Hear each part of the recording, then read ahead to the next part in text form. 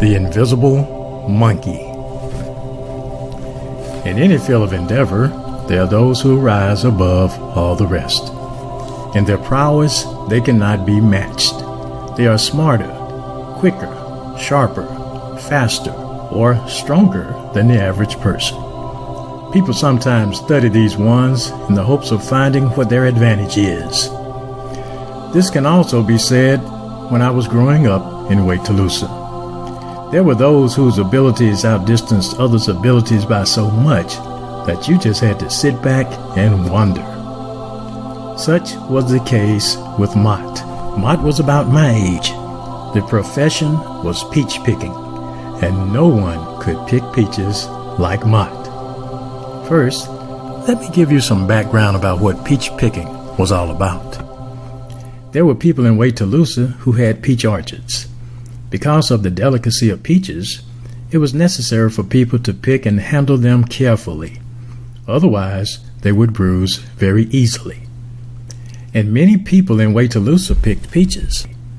From little Johnny and his cousin May May, all the way up to Mrs. Jemison, who claimed for 4 years that she wasn't a day over 62 years old. Peach picking was one of the first jobs I had that paid more than $2 and a gallon of buttermilk, which was the standard wage for many of my endeavors before that time. If I cut Miss Willie's grass, $2 and a gallon of buttermilk. If I helped Miss Willie pick apples, $2 and a gallon of buttermilk.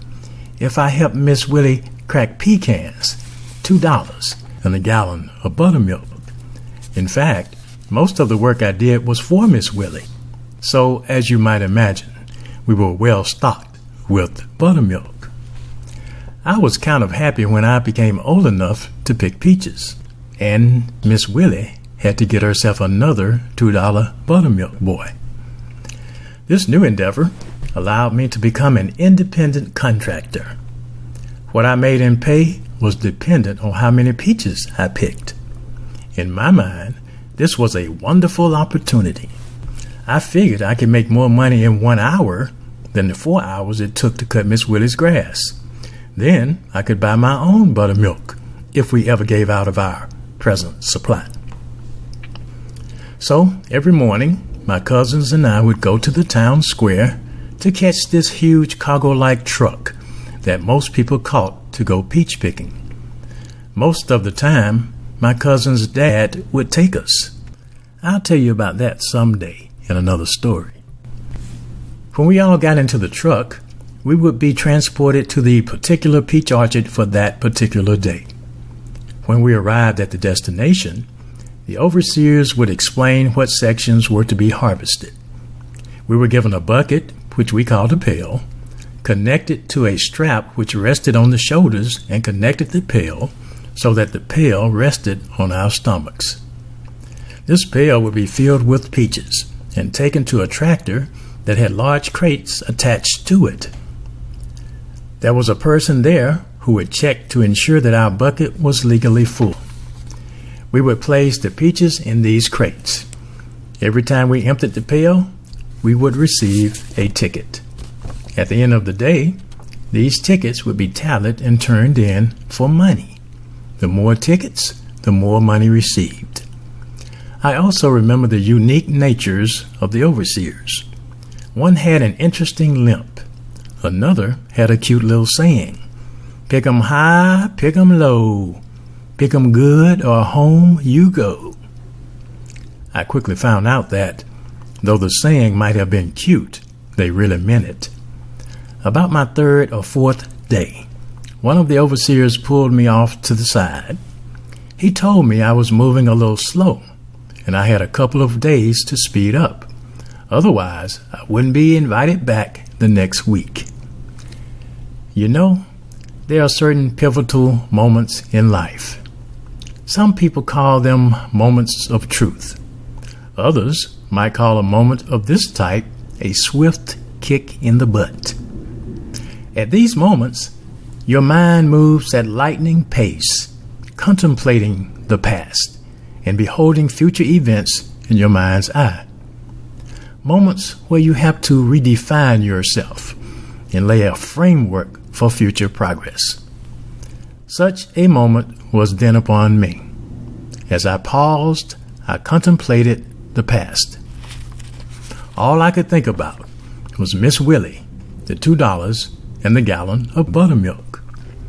As I thought of my immediate future, if I lost this job, all I could think about was going back to Miss Willie, the $2, and the gallon of buttermilk. You know, at this kind of a defining moment, call it a catharsis, if you will. It's quite interesting how motivation can get a toehold and suddenly become a raging torrent. All of a sudden, it was as if my legs began to put on 10 pounds of muscle and became firmly planted on the ground, moving at the seeming pace of one of those fast walkers in the Olympics. You've probably seen them. They're not really running, but they're walking so fast they could probably outwalk you even if you are running. Suddenly, my arms became as if they weren't mine, but those of a 10-armed octopus.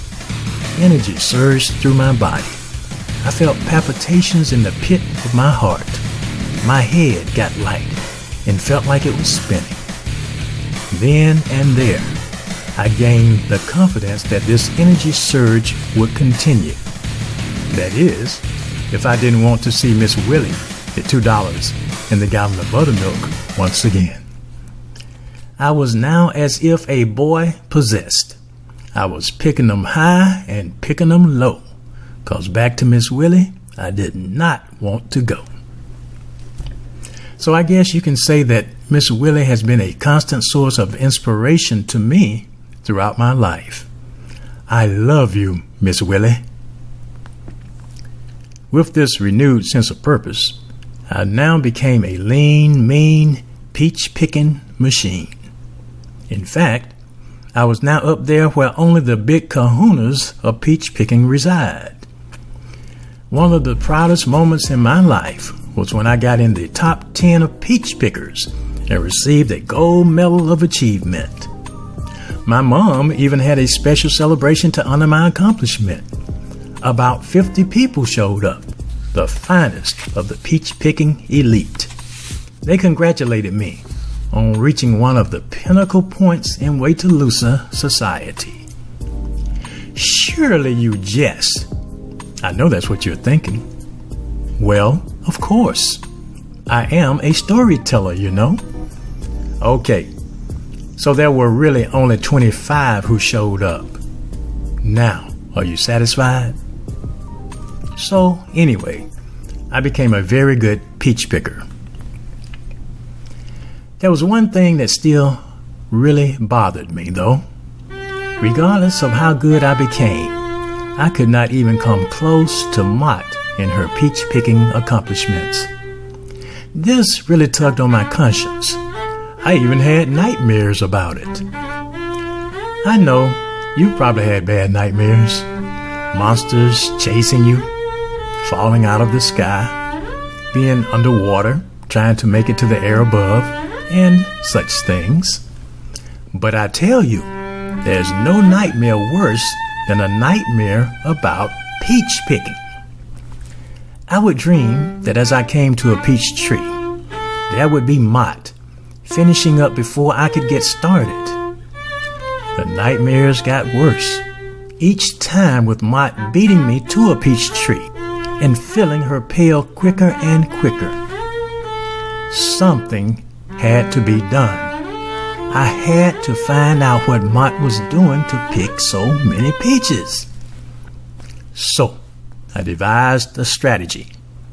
I would position myself in such a way as to be able to be close to Mott when we were assigned the rows of peaches to pick.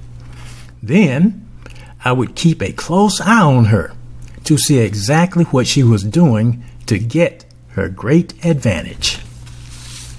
The next day finally came. That morning, I inched my way closer to Mott. When I got my row assignment, it was the row right next to Mott's row. I've got her now, I said to myself. Now I'll be able to find out what she's doing. You see, I knew that in terms of strategic maneuvers, no one had strategized about finding out Mott's secret the way I had done. Not even mad scientists had used scientific principles to arrive at a plausible explanation to explain the unknown in the way I was about to do. Well, I heard someone once wrote something about the best laid plans of mice and men, and I was about to follow that same scenario. There was Mott, about to start picking peaches, and there I was, with my eyes trained on her like a watchdog. My strategy was to see how she started out. We started out, and I looked at her method of operation. Well, seems like she started out plainly enough. So I figured whatever her gimmick was, she didn't start out at the beginning of the day using it. So I turned my head to pick some peaches. Heck, I had to pick some peaches in order to get paid. Lo and behold, when I lifted my eyes again, I saw Mott going to empty her full pail. I looked down at my pail, and it was only half full. During the day, I would look up occasionally, and there would be Mott winding her way to empty her peaches. This scenario repeated itself time and time again. By the end of the day, Mott had picked 3 pails to every 2 pails I had picked. I was totally outdone, perplexed, and bewildered. Not to mention how totally worn out I was from trying to keep up with her. That night, my sleep was not restful. I tossed and turned all night, thinking about Mott, constantly going past me time and time again to empty her peaches. Fortunately, I had a couple of days to recover since we were coming up on a weekend. During the weekend, I had time to reflect on the whole thing with Mott and whatever she was doing to pick all those pails of peaches. You know, there's one thing about Waytoloosians, and I might add, about folk in general.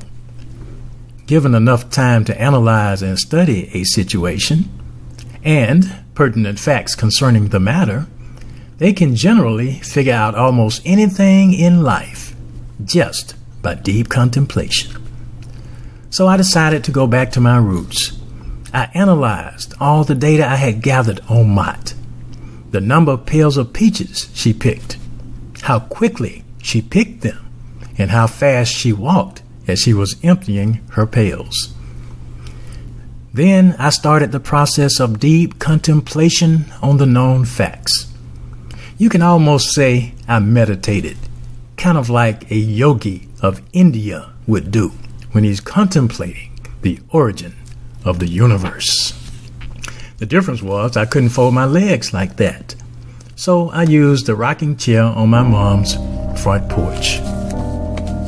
I sat there, and I rocked, and I rocked, and I meditated, and I meditated, and I contemplated, and I contemplated. Finally, after what seemed like an eon of time, the light of understanding began to break upon my mind. Could it possibly be? Had I been so blind all this time?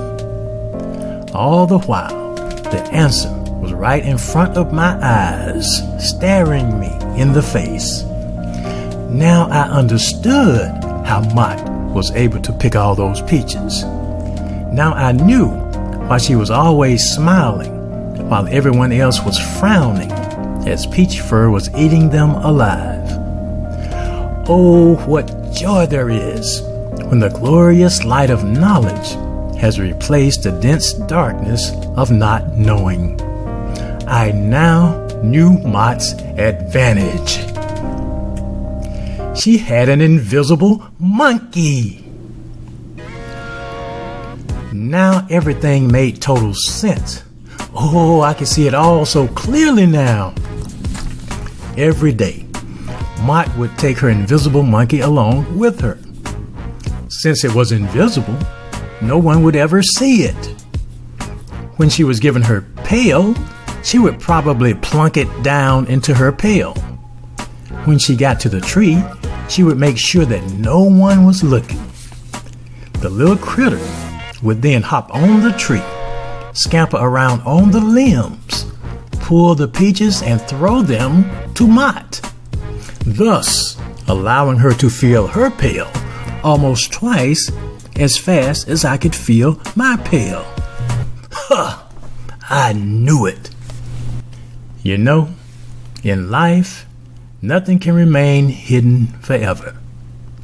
Sooner or later, all things are revealed and discovered in due season. When I saw Mott the next week, all I could do was smile. You see, a true Waytolusian gentleman would never embarrass a lady by blurting out she had an invisible monkey helping her with her peach picking. And of course, I consider myself as such a gentleman. Some things in life are better off remaining a secret. I never could get up the courage to tell Mott I knew about her secret. I think, however, that Mott knew that I knew, because sometimes when I thought about her and the monkey, I would smile at her and she would smile back at me. It would be one of those smiles that said, "This is our little secret." As I proved in my experience with Mott, it takes perseverance, time, and much deep thought and speculation to discover the unknown things in the world. For those of noble minds, let them put forth their own efforts and draw their own conclusions, and they too will experience the joy of knowing all hidden things. When you know the cause of things, your mind becomes at ease. Such was my case. Since I knew I could not possibly keep up with Mott because of her advantage, I stopped trying to compete with her and began to concentrate on what I could do. I began to sleep soundly at night. The nightmares about Mott also stopped. All of this taught me that you must be self-possessed instead of letting your notions of other people possess you. As for Mott, I understand she attended some large university, did fantastically well, and went on to some kind of big-time profession.